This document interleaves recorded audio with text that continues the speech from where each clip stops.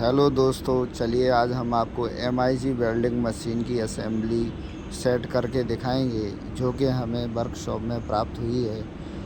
इसके सारे पार्ट्स को हमने खोल के बाहर निकाल लिया है। इसमें प्रमुख पार्ट रहता है पावर सोर्स, जो कि AC सप्लाई को DC में कन्वर्ट कर कंटिन्यू वायर फीडर के पास और टॉर्च गन के पास भेजता है।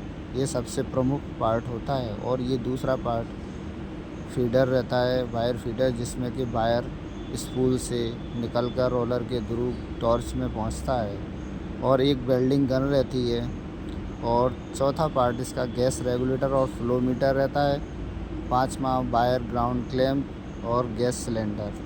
ये ऑटोमेटिकली लाइट को एब्जॉर्ब करने वाला हेलमेट हमें प्राप्त हुआ है। ये वायर फीडर है, जिसमें कि हम स्पूल के थ्रू वायर को फीड करते हैं, जो रोलर के थ्रू आगे मूव करता है। ये टॉर्च है और ये इसकी टिप है। जिस प्रकार की हमें टिप यूज़ करनी हो, हम उस प्रकार की, जिस प्रकार का वायर हमने लिया है उसी प्रकार की टिप हम यूज़ करते हैं। आगे हम वीडियो में बताएंगे कि कितने mm का हमने टिप यूज़ किया है। हम स्पूल में 1.2 mm का वायर यूज़ कर रहे हैं, इसलिए हम 1.2 mm की टिप यूज़ करेंगे। इसको हमने सेट कर लिया है। टॉर्च को हमने एडजस्ट कर दिया है। अब हम वेल्डिंग मशीन से कनेक्ट करेंगे, वायर फीडर से कनेक्ट करेंगे। सारे वायर को हमने कनेक्ट कर दिया है। अब हम इलेक्ट्रिक वायर कनेक्ट करते हैं, जिससे कि AC सप्लाई 415 वोल्ट हमें मिलेगी। 3 फेस करंट को हमने इसमें जोड़ा है। ये मेन पावर सोर्स है, यहाँ से DC कन्वर्ट करती है। और ये हमारा फीडर है, वायर फीडर है। इसी के थ्रू वायर मूव होता हुआ टॉर्च में जाता है। ये हमारा स्पूल है, जिसमें कि वेल्डिंग वायर लगा हुआ है। ये हमने इसको स्टार्ट किया है स्विच के थ्रू।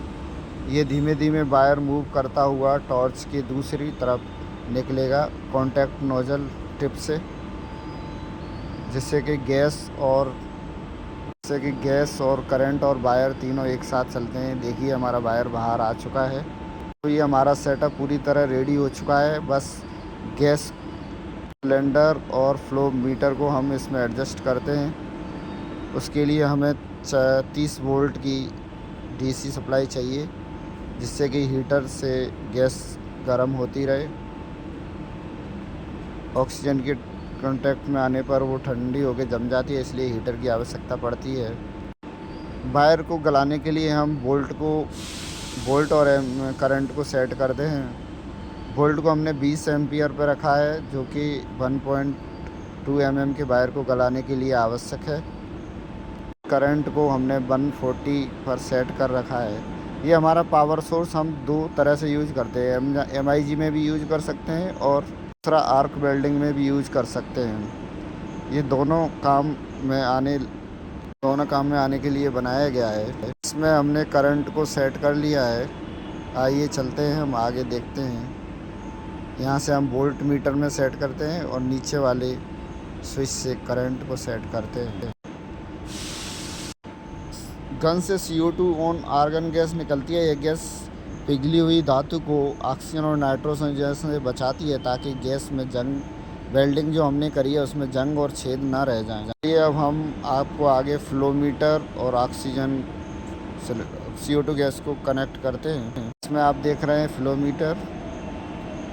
ये देखिए हमने पूरा सेटअप जमा दिया है और हम वेल्डिंग करके देख रहे हैं। हमें इस मशीन के द्वारा काफ़ी अच्छी वेल्डिंग प्राप्त हुई है। इसमें ऑक्सीजन और NO2 से बचाने के लिए CO2